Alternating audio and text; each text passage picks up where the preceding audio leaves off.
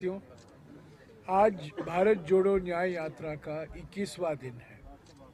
कल शाम को हम झारखंड में आए थे। वहाँ झारखंड के नए मुख्यमंत्री टाइगर ऑफ झारखंड चंपई सोरेन जी ने राहुल गांधी जी का स्वागत किया। कल पाकुर में थे। आज सुबह गोड्डा से हम देवगढ़ आए हैं और उसके बारे में हमारे जो सीएलपी साहब हैं, हमारे पीसीसी अध्यक्ष हैं और हमारे एआईसीसी के प्रभारी मीर साहब भी हैं, उसके बारे में आपको जानकारी देंगे। कल शाम से पाकुर से लेकर अभी यहाँ लंच का जो जगह है देवगढ़ ज़िले में, सभी जगहों में भारी मात्रा में युवा, महिलाएं, बुजुर्ग, बच्चे, समाज के हर वर्ग सड़कों पर उतरे हैं, फूल बरसाए हैं राहुल जी के ऊपर। और राहुल जी ने 3 सभा भी संबोधित किए। उसके बारे में हमारे पीसीसी अध्यक्ष जानकारी देंगे, क्योंकि वो राहुल जी के साथ सुबह से लेकर उन्हीं के गाड़ी में थे। मैं सिर्फ यही कहना चाहता हूं कि हम झारखंड में करीब 13 जिलों से जाएंगे और करीब 8 दिन हम झारखंड में रहेंगे। 2 चरणों में होगा। पहले चरण में 11 ज़िले कवर होगा और दूसरे चरण में 2 ज़िले हम कवर करेंगे। तो कुल मिलाकर 8 दिन रहेंगे, 13 ज़िला कवर होगा भारत जोड़ो न्याय यात्रा से। आज सुबह भी राहुल जी ने कहा है कि भारत जोड़ो न्याय यात्रा 5 न्याय को लेकर इसका विचार किया गया था और इसी के बारे में बार बार राहुल जी कह रहे हैं। पिछले 10 साल का जो अन्याय काल है उससे हमें हटना है। प्रधानमंत्री अमृतकाल की सुनहरी सपने दिखा रहे हैं देश के जनता को, पर हकीकत है 10 साल के अन्याय। और राहुल जी ने कहा है 5 न्याय: नारी न्याय, युवा न्याय, श्रमिक न्याय, किसान न्याय और हिस्सेदारी न्याय। और उसके बारे में जहाँ कभी उनको मौका मिलता है वो बोलते रहते हैं। तो भारत जोड़ो न्याय यात्रा करीब 20 मार्च तक हम मुंबई पहुँचेंगे। ये चुनावी यात्रा नहीं है, हालांकि चुनाव आने वाले हैं। ये चुनावी यात्रा नहीं है, ये सीट वीट का कोई यात्रा नहीं है, ये वैचारिक यात्रा है। ये विचारधारा पर बीजेपी और आरएसएस के विचारधारा को मुकाबला भारत जोड़ो यात्रा के समय हमने किया था और उसको आगे लेते चलते हुए यहाँ भारत जोड़ो न्याय यात्रा निकाला गया है। ये वैचारिक यात्रा है, क्योंकि विचारधारा के खिलाफ हम लड़ रहे हैं। एक तरफ एक विचारधारा जो एक रूपता में विश्वास रखती है और दूसरी तरफ हमारी विचारधारा जो अनेकता में एकता में विश्वास रखती है। एक तरफ विभाजनकारी विचारधारा और दूसरी तरफ की राहुल जी जोड़ने, सद्भावना की विचारधारा, भाईचारा की विचारधारा। तो हमें पूरा उम्मीद है। मणिपुर से हमने शुरुआत की थी 14 जनवरी को। मणिपुर, नागालैंड, अरुणाचल प्रदेश, असम, मेघालय, पश्चिम बंगाल, बिहार करना है। सभी जगह समाज के हर वर्ग, महिला, युवा, बच्चे, बुजुर्ग, समाज के हर वर्ग सड़क पर आए हैं, छतों पर खड़े हुए हैं, बैल्कनी में खड़े हुए हैं और सभी ने भारत जोड़ो न्याय यात्रा का और खास तौर से राहुल जी का भरपूर और उत्साहजनक स्वागत किया है। मैं अभी पीसीसी अध्यक्ष से गुजारिश करूंगा कि आज सुबह के कार्यक्रम जो हुआ है और आज दोपहर को जो महत्वपूर्ण कार्यक्रम है उसके बारे में आपको जानकारी दें। नमस्कार साथियों, आप सब भारत न्याय यात्रा को लेकर के आदरणीय राहुल गांधी जी निकले हैं। उस निमित्त रोज हम लोग जो प्रेस के साथी हैं उनसे मुलाकात करते हैं और आदरणीय जयराम रमेश जी सबको संबोधित करते हैं। हमारे साथ हमारे प्रभारी आदरणीय गुलाम अहमद मीर साहब भी हैं, हमारे CLP लीडर आलमगीर आलम साहब हैं, प्रदीप यादव जी हैं, सुरेश पासवान जी जो पूर्व मंत्री थे। सब लोग हम लोग एक बात को लेकर के आगे बढ़े हैं कि जो गांव-गांव तक सारी बातें पहुंचनी चाहिए। और आदरणीय राहुल गांधी जी की आज शुरुआत जो हुई, सरकंडा से शुरुआत हुई यात्रा की, वहां एक बड़ी जनसभा भी हुई। उसके बाद हम लोग सकरी में स्वागत हुआ और वहां भी बहुत भारी संख्या में लोग थे। जो इससे पहले मेरा भी बहुत लंबा एक राजनीतिक अनुभव है, इससे पहले मैंने ऐसी भीड़ कभी भी नहीं देखी थी। स्वस्फूर्त भीड़ थी। कोठिया में गए, कोठिया में का संबोधन जी का उन्होंने बातें कही है, उससे यहाँ के लोग पूरी तरह सरोकार रखते हैं। ये दिखाई दिया उनके, जब वो कह रहे थे तो जो एक रिस्पॉन्स होता है लोगों का वो साफ दिखाई दे रहा था। ये जो आदरणीय राहुल जी कह रहे हैं वो सच कह रहे हैं। और लगातार जो उनकी यात्रा होगी उस दौरान हमें भरपूर जो चाहिए था कि न्याय के लिए लोग साथ जुड़े, वो जुड़ेंगे। आदरणीय राहुल गांधी जी ने जो राज्य का मसला था सरना धर्म कोड, उस पर भी अपनी बातें कही। उसके साथ ही साथ जो 27% आरक्षण की बात है उस पर भी अपनी भावनाएं व्यक्त की है। साथ ही साथ जो लगातार जो विकास की गति को बाधित करने का प्रयास किया जा रहा है, सरकारी और जो स्वतंत्र एजेंसियां कहलाती थी वैसी गुलाम एजेंसियों के द्वारा उसका किस तरह से राज्य पर इफेक्ट पड़ रहा है, राज्य की विकास की गति को बाधित किया जा रहा है, उन सब पर लोगों का बहुत बड़ा समर्थन मिलता दिखाई दे रहा था। सभी लोग एक सुर में ये कह रहे थे कि हाँ राहुल जी आप ठीक कह रहे हैं, जय जयकार और जिंदाबाद के नारे की बात छोड़ दीजिए। हर बात में, चाहे वो महिला न्याय की बात हो, चाहे युवा न्याय की बात हो, चाहे वो महंगाई की बात हो, सभी पर लोगों ने अपार समर्थन दिया है। मैं बहुत ज्यादा कुछ नहीं कहूंगा, मैं इतना ही कहूंगा कि जो आदरणीय राहुल गांधी जी लक्ष्य लेके चले हैं उसको हम लोग पूरी मजबूती के साथ पूरा करने में कामयाब होंगे। चाहे सरकार के स्तर पर हो, चाहे संगठन के स्तर पर हो, सभी तरह से जो वो सोचते हैं उसको धरातल पर प्रयास करेंगे और संगठन के माध्यम से न्याय यात्रा को मजबूती के साथ लोगों को न्याय देने के लिए जोड़ने का प्रयास करेंगे। दोपहर का आज आप जानते हैं अब हम लोग बाबा की नगरी में आ गए हैं, तो निश्चित रूप से बाबा का दर्शन सबसे पहले आदरणीय राहुल गांधी जी करेंगे और वहां बाबा का दर्शन करने के बाद फिर वीर कुंवर सिंह चौक, टावर चौक के पास एक पदयात्रा करेंगे, 100 मीटर की है। और उसके बाद हम लोग आगे बढ़ते चले जाएंगे। फिर जाकर के हम लोगों का धनबाद जिले के अंदर में एक जगह है जगदीशपुर, वहां से पहले यहाँ हम लोग देवघर वाले जगदीशपुर से यात्रा को स्टॉप करेंगे और पूर्वी टुंडी इलाके में हम लोग जाकर के वहां आज आदरणीय राहुल गांधी जी का विश्राम होगा। शुक्रिया, धन्यवाद। आलम जी संक्षिप्त। मित्रों, अभी हमारे पहले जयराम रमेश जी हमारे अध्यक्ष जी संबोधन कर चुके हैं, पेशी कर चुके हैं। कल 2 तारीख 4:30 बजे झारखंड की धरती पर राहुल जी का आगमन हुआ। पाकुड़ जिला के पाकुड़ विधानसभा नसीपुर में उनका स्वागत भी हुआ और उन्होंने मन से अपनी बातों को रखने की काम किया है। उन्होंने मन की जो बात उन्होंने रखा और मैं जो समझता हूं कि ये भारत जोड़ो न्याय यात्रा जो है एक अभियान और आंदोलन के रूप ले चुका है।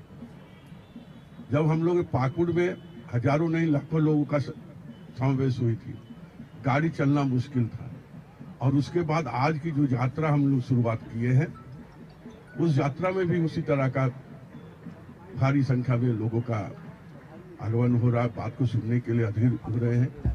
और मैं समझता हूं कि आज नौजवान जो सोच रहे हैं कि हमने बड़े बड़े डिग्रियां हासिल की है, लेकिन आज हमें सड़क पर घूमने की मजबूरी होता है। किसानों का वही हाल है, महिला को भी वही हाल, वंचित और शोषितों का भी वही हाल है। इसलिए राहुल जी का जो ये नई यात्रा जो है ये निश्चित तौर पर आने वाले समय में एक आंदोलन में रूप लेने जा रहा है, आंदोलन होकर ही रहेगा। तभी मुझे लगता है कि इस देश में जो तानाशाही सरकार है तभी यहाँ से गति छूटेगी। धन्यवाद। शुक्रिया आलम जी। मीर साहब, थैंक यू। साथियों ने आपको काफी डिटेल दे दी। मैं तो झारखंड के संबंध में एक बात खाली आपके सामने रखूंगा। 4 साल पहले यहाँ की जनता ने एक कोलिशन सरकार को समर्थन देकर यहाँ एक मजबूत सरकार बनाई और जो 4 साल से प्रो पीपल स्कीम्स ला रहे हैं, इम्प्लीमेंट करा रहे हैं, लोगों को सुविधा मुहैया करा रहे हैं। ये यहाँ का आम नागरिक भी, आप ऑब्जर्वर भी हो, आप कहीं पर भी पूछे, 4 साल का काम करने का तरीका इस सरकार का बहुत ही बेहतरीन रहा। ये प्रो पीपल काम करना हमारे बहुत सारे विरोधियों को खलता है और जिसमें हमारी मरकजी सरकार है, भारतीय जनता पार्टी, और ये अच्छा काम हो रहा है, लोगों के खातिर काम हो रहा है, उसको किसी न किसी तरीके से अवाम और सरकार के बीच में दरार पैदा करने के लिए एक आपने देखा पिछले कई महीनों से ईडी को आगे करके जो कहानियां बनाई गई और जो यहाँ सर्वप्रथम एक गरीब परिवार, एक शेड्यूल ट्राइब परिवार का, हम कह सकते हैं एक गरीब घर का लड़का इस राज्य को चला रहा था और सबसे बड़ा समर्थन उसके पीछे पुअर से पुअर लोगों के लिए वो काम कर रहा है, वो एंडोर्स हो रहा है। और के साथ में जो कहानियां बनाई गई और जिस तरह से सरकार को मतलब उथल पुथल करने की कोशिश की गई और ये एक बहुत बड़ी साजिश उन्होंने सोची थी झारखंड के खिलाफ, मगर हमें फख्र है झारखंड के लोगों पर और हमारी कोलिशन पार्टनर्स पर कि उन्होंने ऐसा कुछ भी उसमें मतलब नहीं होने दिया और पूरे समर्थन के साथ एक नया चीफ मिनिस्टर नियुक्त किया जिसका कल ओथ हुआ और हम आपको भरोसा, आपके जरिए झारखंड की जनता को भरोसा देंगे, 1 साल इस चुनी हुई सरकार का अपना है और ये पूरा अपना काम करेगी और लोगों के बेहतरी के लिए काम करेगी। और हम यही चेतावनी देना चाहते हैं उन दिल्ली में बैठने वालों को कि इस तरह के हथकंडे इस्तेमाल ना करें, ये कहीं आपको बैकफायर भी हो सकते हैं। जो आप सोच के वहां से ये करते हो कि हम अच्छे आदमी को डिरेल करें, गरीब परिवार से आए हुए आदमी को रूल करने का क्या हक नहीं है? जब उसने सारी चीजें अपने वक्त पर दे दी फिर भी एक डिस्टेबलाइजेशन का एक चक्कर चलाया गया। ये तो जनता का और हमारे कोलिशन का एक तालमेल है कि जिसमें वो कामयाब नहीं हो पाए। फिर से सरकार एस्टेब्लिश है, आने वाले कुछ दिनों में एक्सपेंशन होगा, हाउस चलेगा और जो भी प्रोसीजर है वो आगे लिया जाएगा। Thank you. Thank you. Pradeep, संक्षिप्त में। धन्यवाद। सारी बातें आपने सुनी है, लेकिन मेरे राजनीतिक जीवन का लगभग 25 साल प्रतिनिधि रहने का मौका मुझे मिला है और मैंने जो अनुभव किया कि पहली बार किसी यात्रा में इतना समर्थन किसी नेता के पीछे अपने खड़ा हुआ मैंने जीवन में पहली बार देखा है। सारी बातें आई, केवल 2 बातें जो राहुल जी ने कही। पहली बार उस अडानी से विस्थापित की कोई दर्द सुनने वाला कोई नेता मिला तो वो राहुल जी मिले और उन्होंने आज अडानी से विस्थापित लोगों के भी दर्द को सुना कि किस तरह अडानी ने उनकी जमीन छीनी, उनके साथ धोखा किया, बिजली देने की बात की, नौकरी देने की बात की और उन्होंने कहा कि अगर मेरी सरकार आई तो मैं आपको न्याय दिलाऊंगा। ये बात उन्होंने कमिट किया है। आज पुड़ियाहाट की धरती पर, गुड्डा की धरती पर जो एक बात उन्होंने कही और दूसरी जो हमारे अध्यक्ष जी कह रहे थे कि 27% आरक्षण का, उन्होंने एक बात बड़ी जोर दे के कहा कि जब मेरी सरकार आएगी तो मैं जाति जनगणना कराऊंगा और जिसकी जितनी भागीदारी है उतनी हिस्सेदारी दिलाने का प्रयास करूंगा। ये 2 बातें लोगों को टच कर गया है और लोग बड़ी उत्साह में है कि अब मुझे यहाँ के जो ओबीसी समाज है, जो पिछड़े समाज है, उन्हें लगा कि मेरी कोई रहनुमाई करने वाला नेता, कोई पार्टी मेरे सामने आई है और सारी बातें आपने सुना है। ये 2 बातें जो मेरे ध्यान में था कि उन्होंने बड़ी जोर देके कहा है, मैं इसके लिए शुक्रिया करता हूँ अपने नेता का और आप सबको धन्यवाद। शुक्रिया। पासवान जी।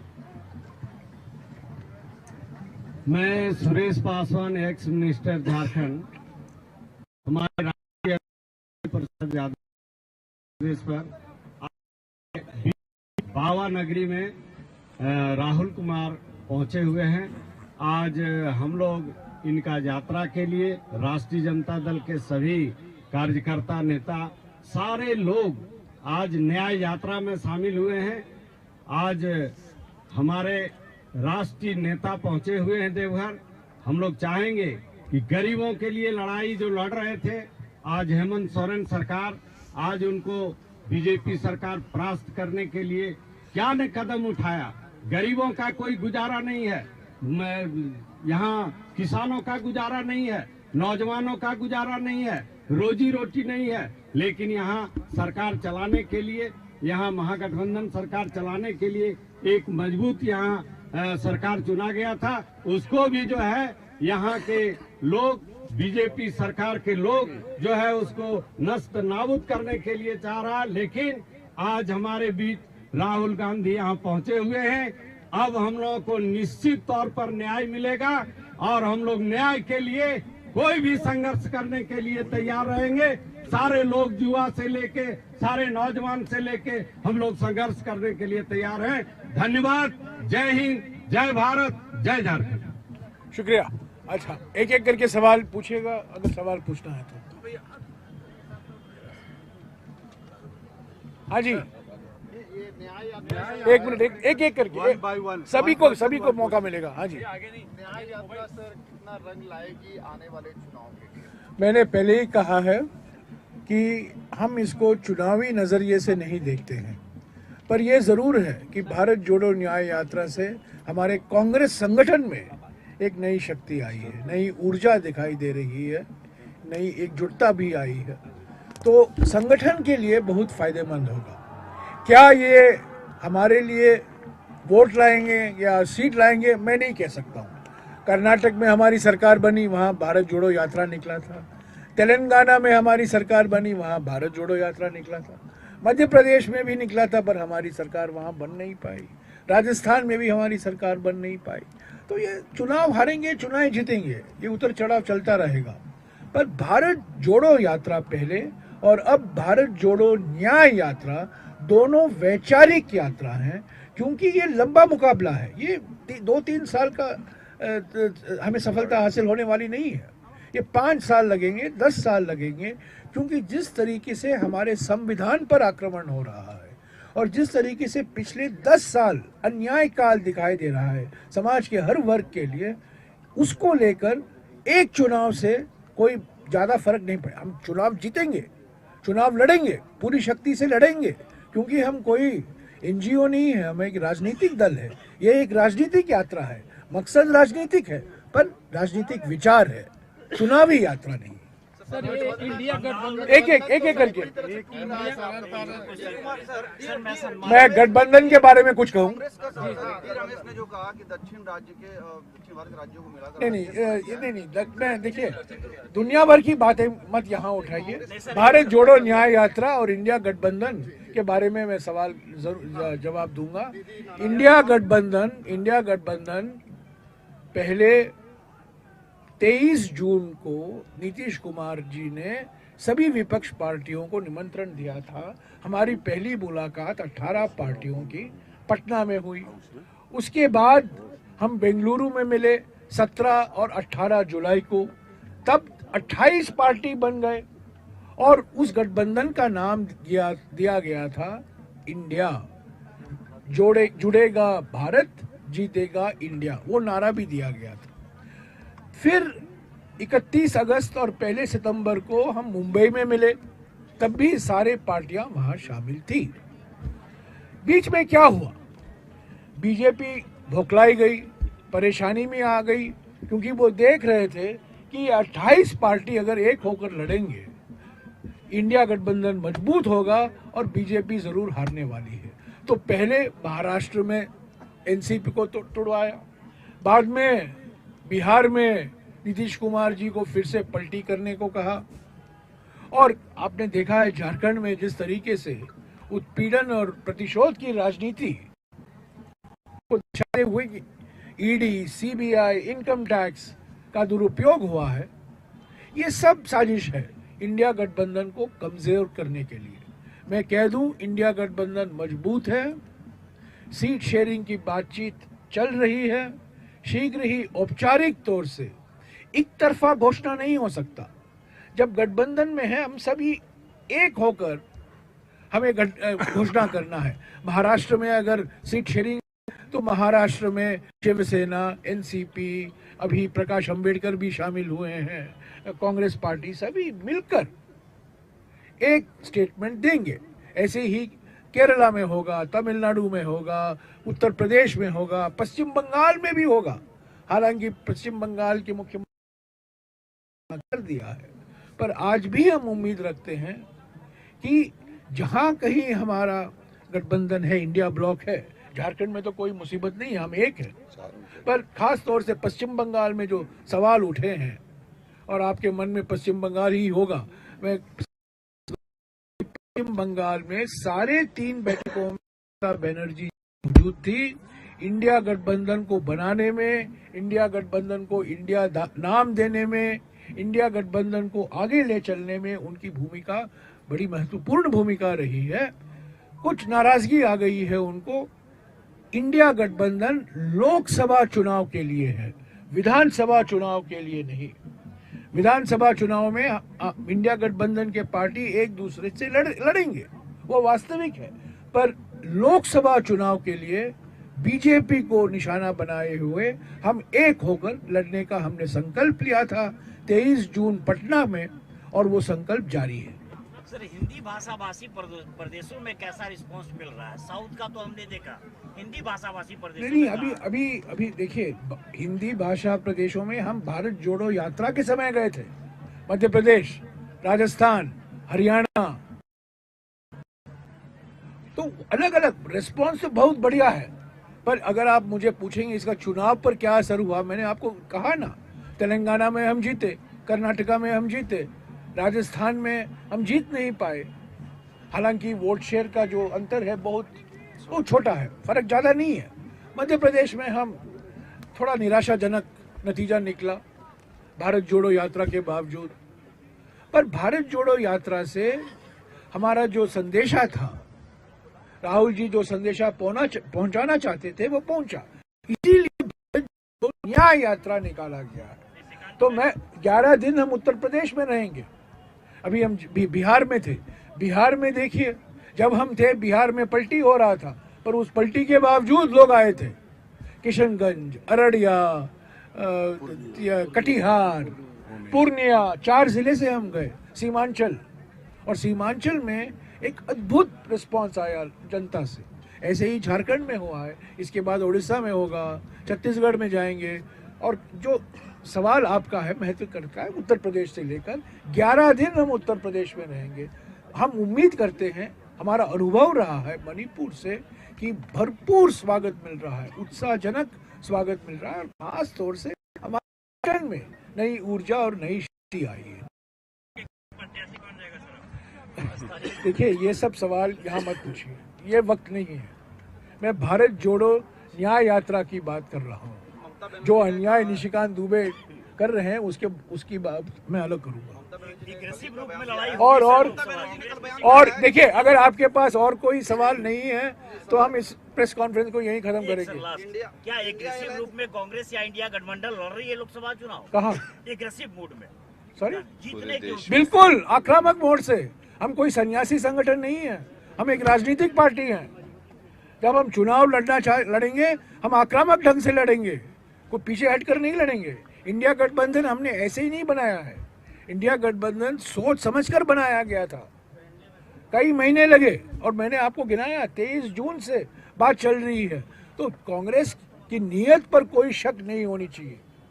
और मैं एक बात और कह दूं, कांग्रेस एकमात्र राजनीतिक पार्टी है हमारे देश में जिसने न सीधे रूप से या इनडायरेक्टली कभी भी हमने बीजेपी के साथ नहीं दिया है, बीजेपी को समर्थन नहीं दिया है, बीजेपी प्रोत्साहन नहीं दिया है।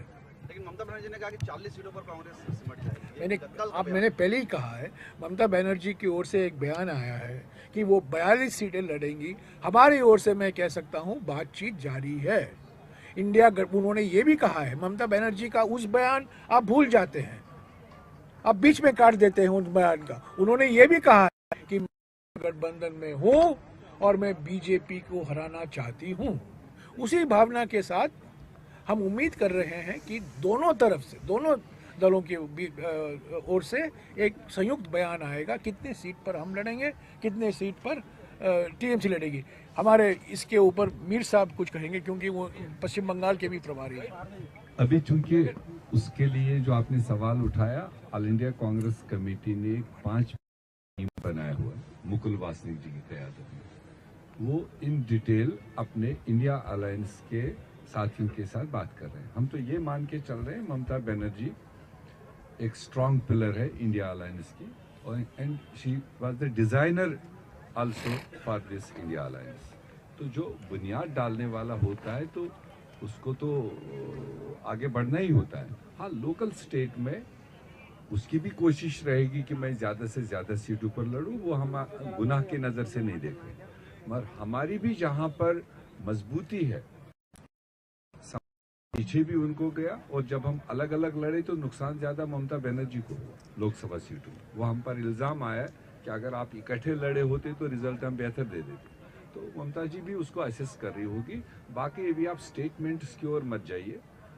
हम आने वाले दिनों में एक बेहतरीन तरीके से तालमेल करेंगे, जो जायज़ होगा, जो जायज़ जिसके लिए होगा वो जायज़ बेसिस पर फैसले होंगे और साथ लड़ेंगे।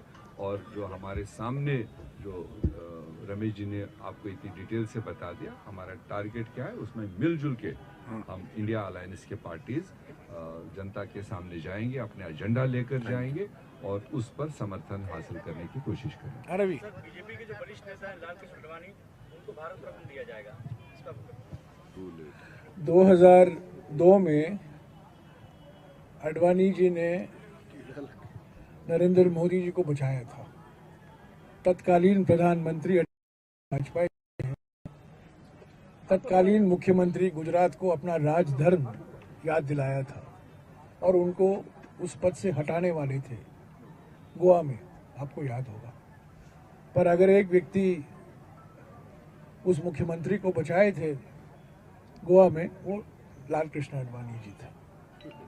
फास्ट फॉरवर्ड कीजिए 2014 को, 5 अप्रैल 2014, सीन है गांधीनगर में, और गांधीनगर में नरेंद्र मोदी जी हैं और लालकृष्ण आडवाणी जी हैं। वो नामांकन पत्र भरने जा रहे हैं चुनाव के लिए, और आडवाणी जी ने एक बहुत मशहूर बयान दिया है जो हमारे भारतीय इतिहास में स्वर्ण अक्षरों में लिखा जाएगा।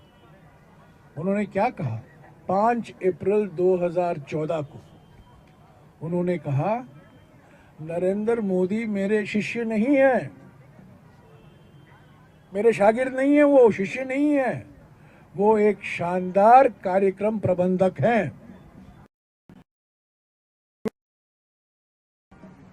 ये शब्द हमने नहीं दिया है, ये आडवाणी जी ने नरेंद्र मोदी जी के बारे में 5 अप्रैल 2014 को गांधीनगर में कहा था। ये मेरे शिष्य नहीं है, ये बहुत कुशल, बहुत शानदार कार्यक्रम। जब आडवाणी जी और मोदी जी को मैं देखता हूँ, ये दो बातें मुझे याद आती हैं। 2002 को आडवाणी जी ने बचाया था नरेंद्र मोदी को, और 2014 में आडवाणी जी ने हमारे प्रधानमंत्री का असली रूप हमारे देश के जनता के सामने रखा। ठीक है, थैंक यू, धन्यवाद, You're still शुक्रिया। following us? Enough, Mamata Banerjee. We are in Jharkhand now.